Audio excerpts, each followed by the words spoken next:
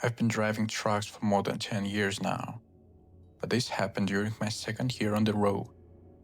I was hauling a load from Kansas City to Dallas, and I was making pretty good time until I got into southern Oklahoma. It was late October, and by that point I had already been driving for most of the day. I still had some time left on my clock, but I was getting tired and didn't see much reason to push it. I had already passed 2 truck stops that were completely full, so when I saw a sign for a rest area a few miles ahead, I decided to stop there for the night. It was sometime after midnight when I pulled in. The rest area was pretty small, with one building near the entrance and maybe 15 spaces for trucks along the back. Most of them were occupied, but I found an empty spot near the far end of the lot. There was the truck park on my driver's side, while the space on my passenger's side was completely empty. After backing in, I did my usual workaround and checked the trailer before getting ready for bed. Everything looked normal, but as I was walking back toward the cab, I noticed an old white box trailer sitting near the exit. There was no tractor attached to it. That seemed a little strange because leaving a trailer at a highway rest area is a good way to get it towed. Still, drivers leave trailers in strange places for all kinds of reasons, so I didn't think much about it. I climbed into the cab, locked the doors, and went to sleep. A few hours later, I woke up because I needed to use the bathroom. When I checked my phone, it was 2:47 in the morning. I got dressed, opened the curtains, and looked outside before leaving the truck. That was when I noticed the white trailer was no longer sitting near the exit. I assumed the driver had come back for it while I was sleeping. The rest area was almost completely quiet as I walked toward the building. There were a few lights coming from the parked trucks, but I didn't see anyone walking around the lot. I used the bathroom, bought a bottle of water from one of the machines, and started heading back. That was when I saw the white trailer again. It was parked directly beside my truck. For a few seconds, I honestly thought I had to be looking at a different trailer. I stopped in the middle of the parking lot and tried to remember exactly what was the first one had looked like. Then I noticed the rust running along the bottom and a dark repair patch near one of the rear doors. It was definitely the same trailer. The part that bothered me was that there was no steel tractor attached to it. I walked around the front and looked between the parked trucks, but there was nobody nearby. Somehow the trailer had been moved from the exit to the empty space beside my truck while I was sleeping. There was plenty of normal explanations for that, of course. Another driver could have moved it, or maybe whoever owned it needed a space near the exit for some reason. What I couldn't understand was why they had disconnected from it again and left it beside my truck. I stood there for another minute before deciding it wasn't my problem. When I got back inside my cab, I locked both doors and looked at the trailer through the passenger window. One of the rear doors was slightly open. I couldn't remember it had been like that earlier, but I was almost certain both doors had been closed. For the next few minutes, I sat there watching it. Nothing happened, and eventually I started feeling ridiculous. I had been driving all day, I was tired, and I was probably turning something completely normal into something strange, because it was 3 in the morning. I was about to close the curtain when I noticed a faint light coming from inside the trailer. It was weak, almost like someone had turned on a small flashlight or portable lamp. I could only see through the narrow gap between the rear doors, but there was definitely a light inside. That actually made me feel better at first. If someone was inside, then at least I had an explanation for why the trailer had been moved. I assumed another driver was checking equipment or getting something he had left inside. I kept watching through my passenger side mirror, expecting someone to come out. Nobody did. After a few minutes, the light went out. I waited a little longer, but the doors never opened, and nobody appeared around the trailer. That was when I started getting uncomfortable again. I considered going back to sleep and forgetting about it. But then the entire trailer moved slightly. It didn't roll anywhere. It simply rocked once and then became still again, almost as if someone heavy had shifted their weight inside. I watched it another few seconds, hoping I had imagined the movement. Then it rocked again. This time, I was sure. Someone was inside the trailer. At that point, I decided I wasn't staying there. Maybe there was a perfectly reasonable explanation for everything, but I didn't need to be around long enough to find out what it was. I moved into the driver's seat and started the truck. While I waited for everything to come up, I kept watching the white trailer through the passenger side mirror. Nothing moved. The light didn't come back on, and nobody stepped outside. For a moment, I actually considered staying. Then I remembered that someone had moved an unattached trailer across the parking lot and placed it directly beside me while I was asleep. That was enough. I released the brakes, slowly pulled forward, and started making my way toward the exit. As I passed the back of the white trailer, my headlights shined directly through the open door. That was when I saw him. There was a man standing inside the trailer, only a few feet back from the opening. He looked like he was somewhere in his 40s or 50s, and he was wearing jeans and a dark jacket. There was nothing especially unusual about him, except for the fact that he was standing inside an abandoned trailer at 3 a.m. He didn't wave or try to get my attention. He didn't step toward the door either. He just stood there, watching me drive past. Then I noticed what he was holding. There was a long metal bar in his right hand. I didn't wait to see what he planned on doing with it. I drove straight out of the rest area and got back onto I-35. For the next 20 miles, I kept checking my mirrors to make sure nobody was following me. I knew there wasn't a tractor connected to that trailer. But after what had just happened, I wasn't taking any chances. Nothing ever appeared behind me. Still, I didn't feel comfortable stopping somewhere isolated again. Eventually, I saw laughs and pulled in. The parking lot was busy and well lit, which was exactly what I wanted at that point. There was trucks moving around, people walking between the pumps and the store. And for the first time since leaving the rest area, I started to relax. I went inside and told the guy working behind the counter what had happened. At first, I think he assumed I was talking about another driver acting strange. But when I explained that the trailer had no tractor attached, and that I had seen a man standing inside with a metal bar, he told me I should call highway patrol. I went back to my truck and made the call. I explained where the rest area was, and gave them the best description I could of both the trailer and the man inside. Then I waited. About 40 minutes later, an officer called me back. They had found the trailer exactly where I said it would be, parked in the space beside where my truck had been. But by the time they arrived, both rear doors were completely open. Nobody was inside. Then he told me something I wasn't expecting. The trailer had been reported stolen 2 days earlier near Oklahoma City. I asked him if they knew how it had ended up at the rest area, but he said they were still trying to figure it out. They searched the trailer and the area around it. Underneath it, they found several blankets, empty food containers, and plastic bottles. From what the officer could tell, someone had probably been spending a lot of time around the trailer and may have been sleeping underneath it.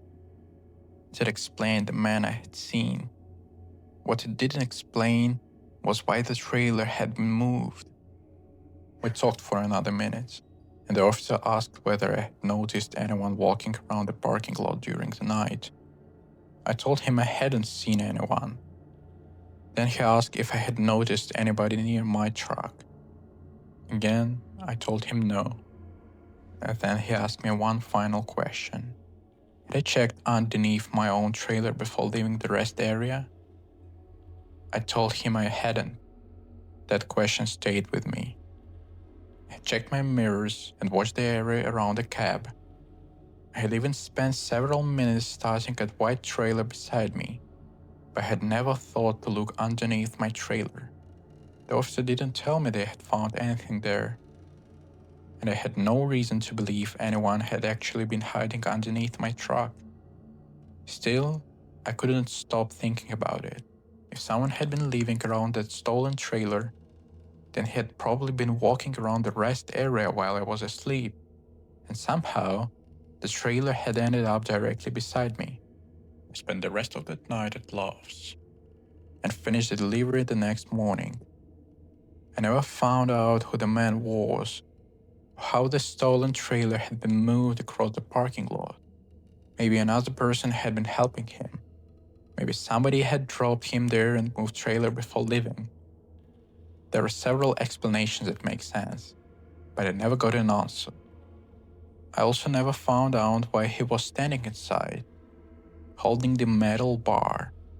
Maybe he was using it as a tool. Maybe he had it because he was afraid of me. Maybe there was another reason. After all these years, I'm fine with not knowing, but the experience changed one small part of my routine. Whenever I stop somewhere late at night, I still do a full walk around before getting back on the road. I check the doors, the tires, and the area behind the trailer. And before I climb back into the cab, I always look underneath it.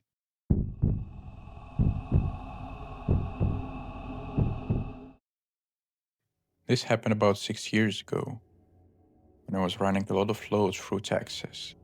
I was heading west on I-10 toward El Paso. I had been driving since early that morning.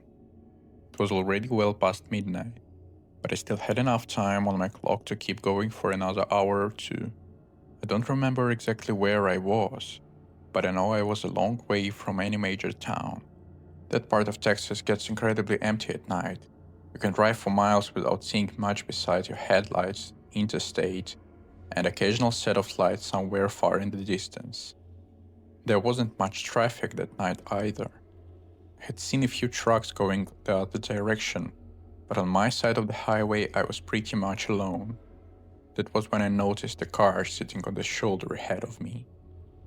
It was an older dark-colored sedan, and the hood was raised. I could see the hazard lights flashing as I got closer, so I moved slightly toward the left side of my lane to give the car some room. At first, I wasn't planning to stop.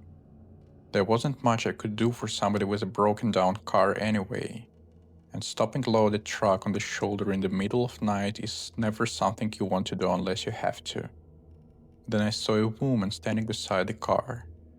She stepped closer to the road as I approached, starting waving both arms at me. She looked desperate. Even from inside the cab, I could tell she wasn't just asking me to slow down. She wanted me to stop. I started coming off the throttle. My first thought was that somebody might be hurt. Maybe there had been an accident, or maybe she had been stuck out there for hours without cell service. As I got closer, she moved almost the edge of my lane. I remember thinking she was going to get herself killed if she stepped out any farther. I started slowing down. I wasn't planning to get out of the truck right away. My idea was to stop farther ahead, keep the doors locked, and ask through the passenger window if she needed me to call someone. Then something about the car caught my attention. The hood was open, but the headlights were still on. It wasn't strange by itself. Then I noticed exhaust coming from behind it. The engine was running. I looked at the woman again. She was still waving at me. For some reason that made me hesitate. Maybe the car had a problem even though the engine was running, but it was completely possible. But I decided not to stop directly beside her. I kept rolling slowly and watched the car through my passenger side window as I passed. That was when I noticed something else. The driver's door was open. There was nobody inside. I was already started to accelerate again when I checked my passenger side mirror. The woman had stopped waving. She was just standing there now, watching my trailer pass. Then I saw movement behind the car. Two men climbed out from the ditch. For a second, I couldn't understand where they had come from. They had been completely hidden below the shoulder while I approached. One of them immediately ran toward the back of my trailer. The other started moving toward the cab. That was when I understood what was happening. I wasn't moving very fast because I had already slowed down for the woman, and it takes time to get a loaded truck moving again. I watched the man running beside the trailer in my mirror. He was trying to catch the back of it. The woman was running back towards the sedan. The second man stopped chasing me and turned around toward the car. I kept accelerating. For a moment, I thought I had gotten away clean. Then I saw the first man disappear from my mirror. I couldn't tell if he had given up, or if he just managed to grab onto the trailer. That scared me more than seeing him running beside it.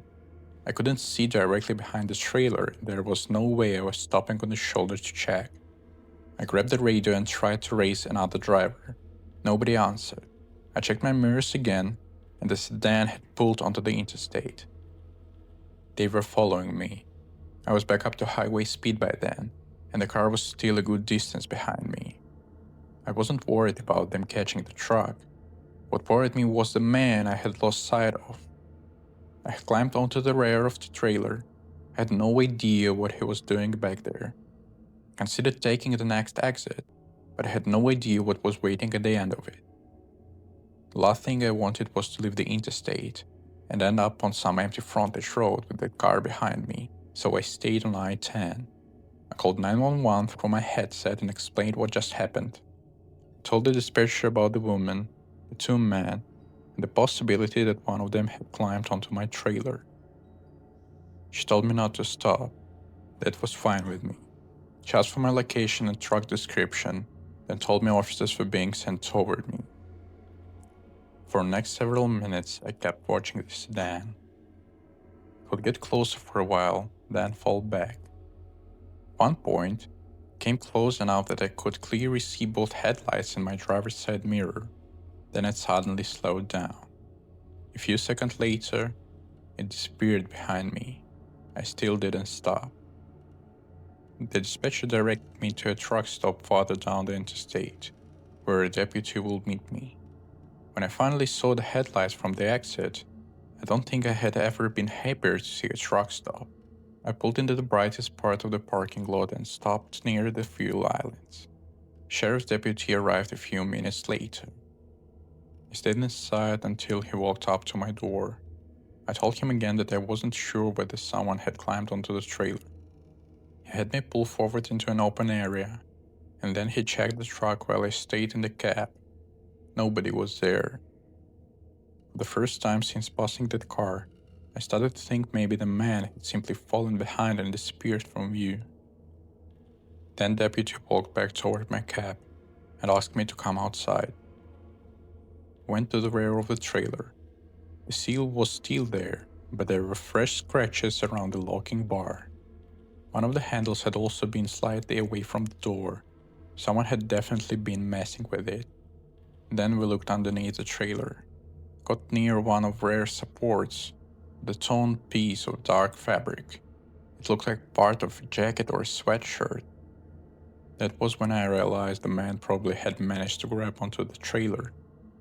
The deputy said he may have been trying to reach the doors while I was accelerating, but there was no way to know exactly what happened after that. He could have jumped off once we reached highway speed. He could have fallen. Either way, he wasn't there anymore. I asked the deputy what he thought they were trying to do. He told me he couldn't say for certain, but had seen similar setups before. Someone pretends to need help. The driver stops, then other people come out from somewhere nearby. Sometimes they want the cargo, sometimes they want the truck, and sometimes they just want the driver outside the cab.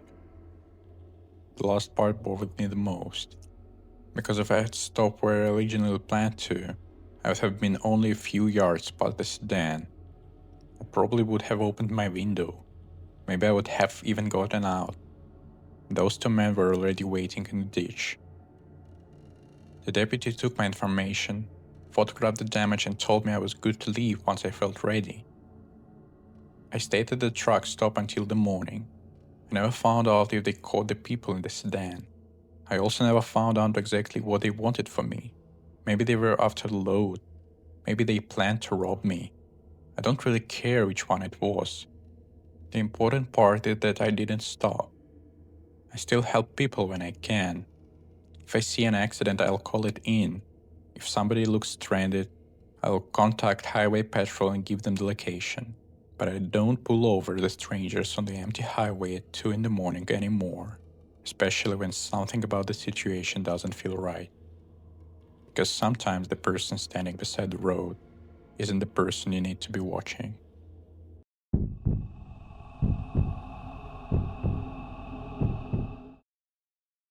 This happened a few years ago when I was driving refrigerated freight. I had a pickup scheduled to purge a plant late one evening. I got there a little earlier than expected, checked in at guard check, and found out my load wouldn't be ready for another 12 hours. It wasn't unusual.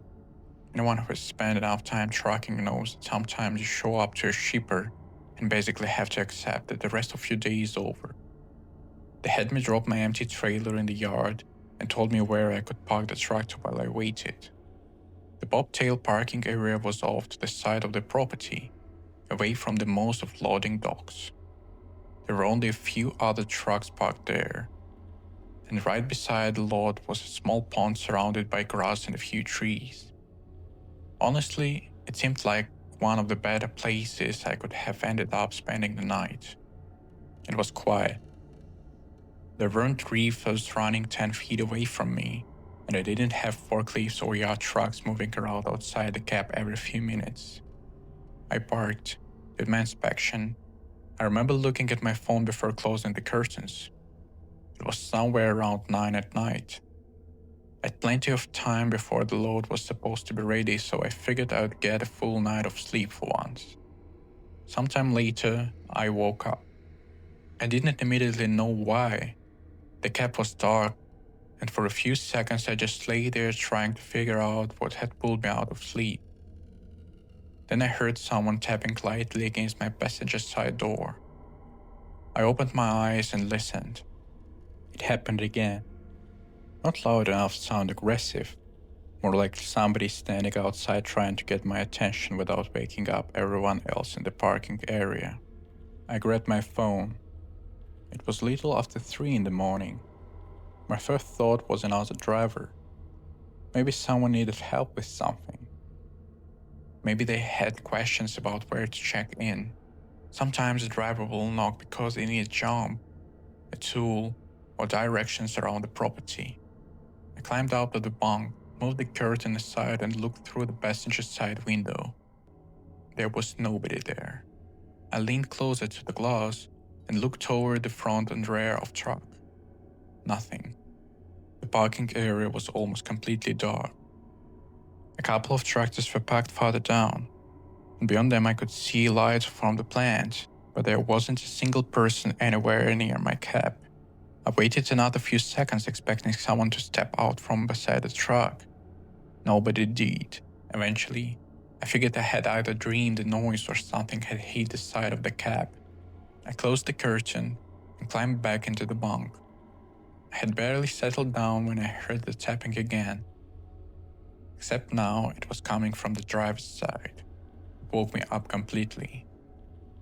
There was no way I had imagined it twice. I got up and immediately looked through the driver's side window. Again, nobody. At this point, I started feeling uncomfortable.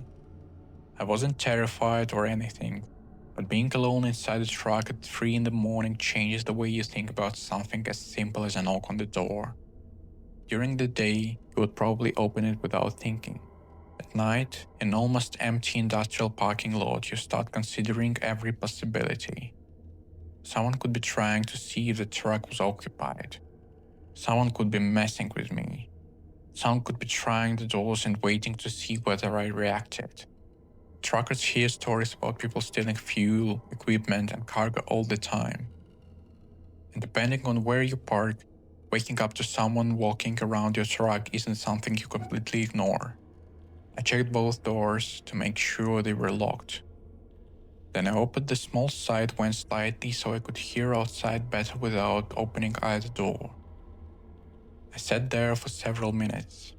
Nothing happened. The longer it stayed quiet, the more ridiculous the whole thing started to feel. I was tired. I had been driving most of the day, and there were probably 100 normal explanations for whatever I had heard. Maybe a branch had hit the truck. Maybe something had fallen off the cab. Maybe another driver had actually knocked and walked away before I looked outside. After around 15 minutes, I was almost ready to lie back down. Then I heard something moving along the driver's side of the truck. It was light, but definitely close. Whatever it was seemed by moving slowly from the back of the cab toward the front. I stayed completely still and listened. At first, I thought somebody might actually be walking beside the truck. But something about it sounded wrong. The movement wasn't steady like footsteps. They would move a little, stop, and then continue. I looked through the side window again. Still nothing. That was the part that really started bothering me. I could hear something right beside the truck, but every time I looked outside, there was nobody there. I grabbed the tire thumper I kept near the bunk. I wasn't planning on getting out. I just wanted something in my hand in case someone somehow got the door open. I moved toward the driver's seat and decided that the next time I heard the tapping, I would look through the window immediately. I stood there waiting. Then something suddenly landed on the top of the cab. The impact was heavy enough that I could feel it through the truck. I froze.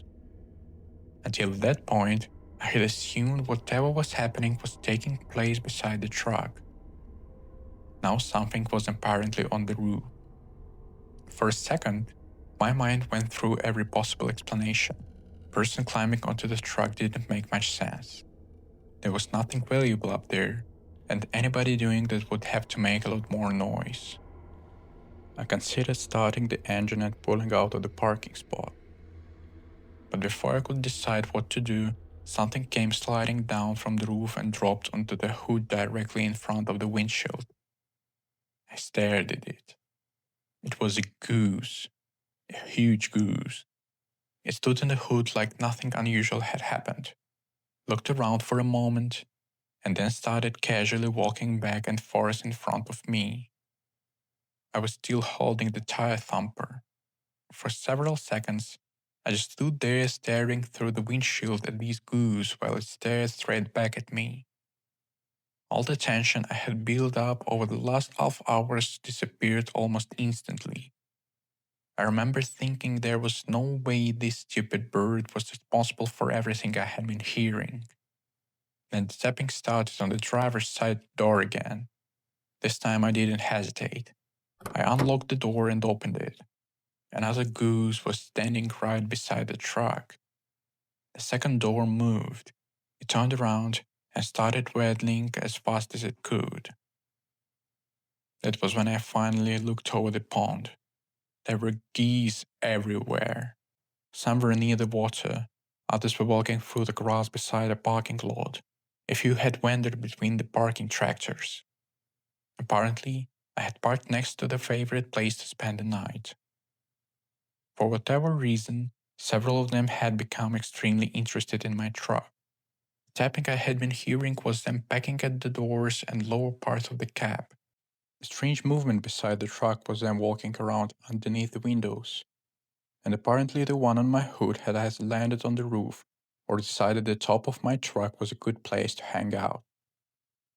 I closed the door and went back inside. I felt pretty stupid. For the last 30 minutes, I had been standing inside my cab with a tire thumper, convinced that someone was sneaking around my truck. Meanwhile, I I was basically being investigated by a group of geese. I thought that would be the end of it. It wasn't. For the rest of the night, every time I started falling asleep, one of them could come back. Sometimes I would hear them pecking somewhere near the doors. Other times, one would land on the truck and walk around above the bunk. Once I knew what it wasn't scary anymore. It was just incredibly annoying. By the time the sun started coming up, I had barely slept. When I finally climbed out of the truck that morning, there were still several of them walking around near the pond, like they hadn't spent the last few hours making my life miserable. I've slept at truck stops in the middle of nowhere. I've parked behind warehouses in areas where I definitely kept the doors locked all night. I've woken up to people knocking on my cab for all kinds of reasons, but that Purdue plant is still the only place where I spent half of the night convinced someone was outside my truck, only to discover that I was being terrorized by a gang of geese.